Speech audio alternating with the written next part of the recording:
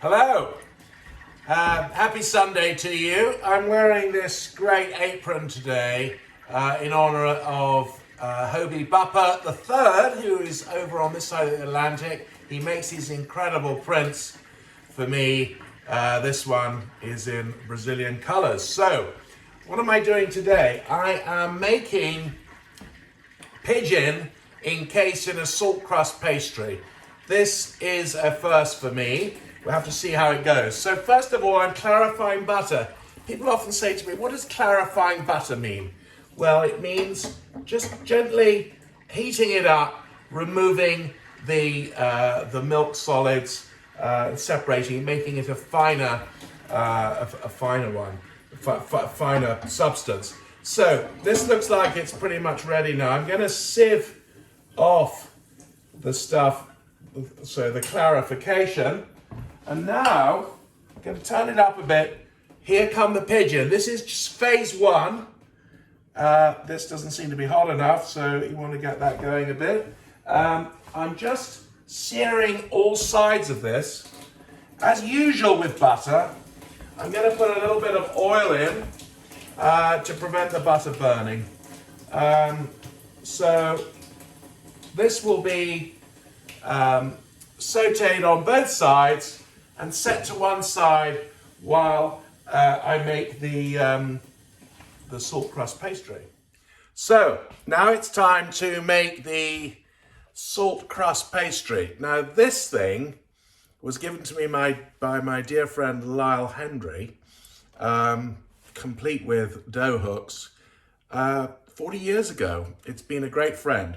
So in here I've got strong flour, white flour, I've got water, and I've got table salt.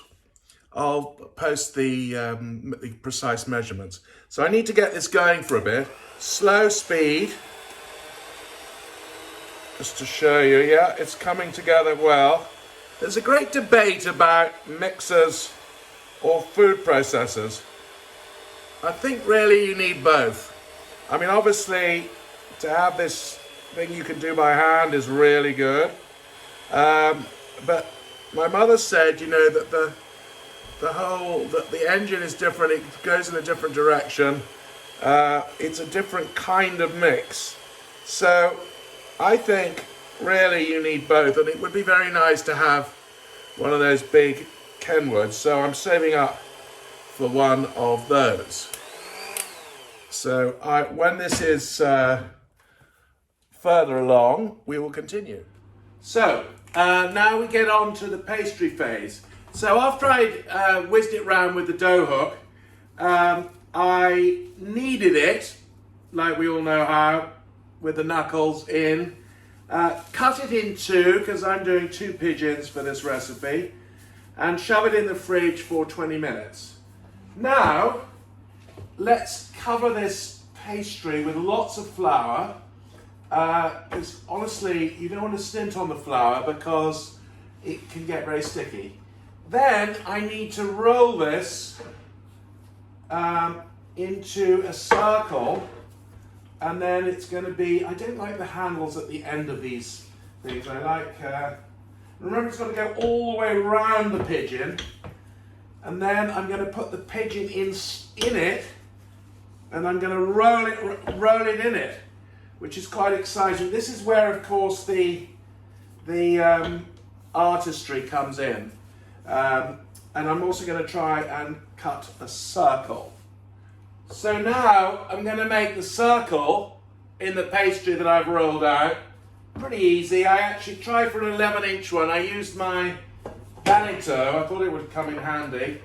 And the other thing is, don't make the pastry too thin, because when it comes to the moment of truth, you're going to be in trouble because it'll start breaking, as I regret to say my first one did. So, now all of this extra pastry around, if you're feeling artistic, you can make wings and heads and everything, but on the pastry, but frankly that's advanced student only. Here we are, here's the pigeon, breast side down, and then bring the pastry over, all over. Make sure there's no holes in it. It doesn't matter how thick it is.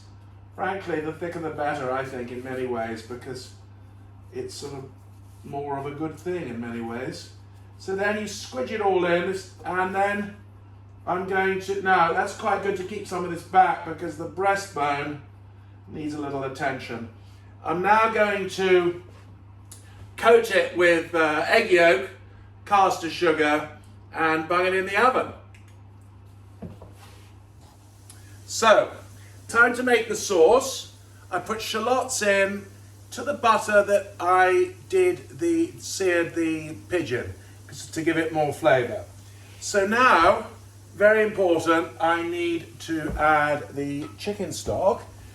So good to have chicken stock in the freezer. Really recommend.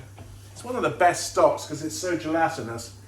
Then, happily, I have some Madeira. If you've not been to Blandy's house on Madeira Island, really recommend it. It's a very interesting place, beautiful gardens, and of course they have these scabbard fish that swim 3 miles under. I don't think you want too much because actually I'm not a huge fan of Madeira, but just enough to move it along. And then, last minute here, in go. Now, the better of all things would be to have some exotic mushrooms. Waitrose do a nice packet of different kinds of mushrooms. Sadly, forgot to buy those this time. So I'm moving that around, and this will go along for around 10 minutes, and then I'm going to push it through a sieve to make it smoother. Anyway, it smells very... So now I'm doing the cabbage and mushroom fricassee, and I'm starting to think this dish is really too much work altogether when it started to stay steaming. But look at this. This is a water drawer for my fabulous AEG steam oven.